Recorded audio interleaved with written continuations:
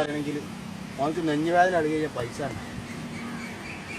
അപ്പോൾ നമ്മൾ വളരെ ചിന്തിക്കേണ്ട ഒരു കാര്യമുണ്ട്. നമ്മളെ അയൽവക്കക്കാരേറ്റ് കുടുംബക്കാരേറ്റ് എല്ലാവരേറ്റും കിട്ടുന്ന പൈസ അവനാണ് കൂട്ടിയിട്ട് കിടന്ന് ഉറങ്ങിയിട്ടൊന്നും കാര്യമൊന്നുമില്ല.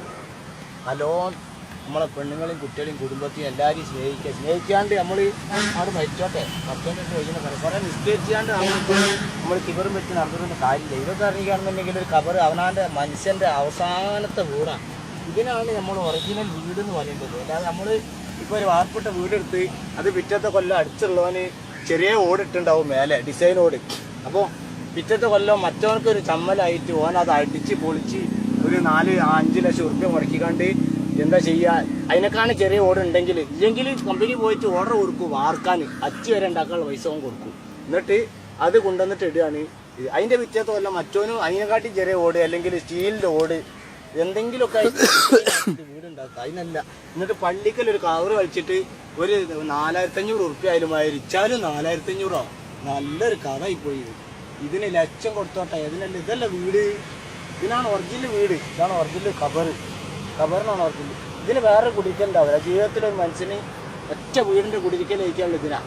നമ്മൾ ലോകത്ത് വേറെ മറ്റുള്ള വീടൊക്കെ സ്ഥലം വാങ്ങി എടുക്കുകയാണെങ്കിൽ ഇഷ്ടംപോലെ കുടിരിക്കൽ കഴിക്കാറുണ്ട്. കുടിരിക്കൽ കഴിക്കും, ജനങ്ങൾ വിളിക്കും ഒക്കെ ചെയ്യും. അത്ര ജനങ്ങൾ ഉണ്ടാവില്ല നമ്മൾ ഇതിന് മരണപ്പെട്ട് കഴിഞ്ഞാൽ. ഇതിനാണ് ഇങ്ങോട്ടോളം മഹലിൽ ജനങ്ങൾ കൂടേണ്ടത് ഒറിജിനലായിട്ട്. അല്ല കുടിരിക്കലിന് കല്യാണത്തിന് വന്നിട്ടില്ലെങ്കിൽ ഒരു പ്രശ്നം.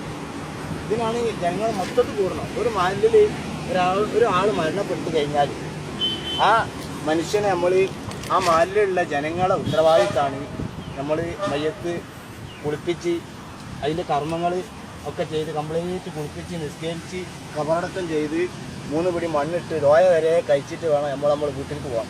സന്തോഷത്തിൽ കാണുമ്പോൾ സന്തോഷം. ചിലർക്ക് ഭയങ്കര പേടിയാണ്. അതൊന്നും പാടില്ല. ചിരിക്കണത് കണ്ടാൽ ഇതുണ്ടെങ്കിൽ എന്താ സാധനം ഇതാ കിടന്നുറങ്ങുള്ളത്. ഇതിലിങ്ങനെ ചെറിയായിട്ട് കെട്ടൂല അങ്ങനെ.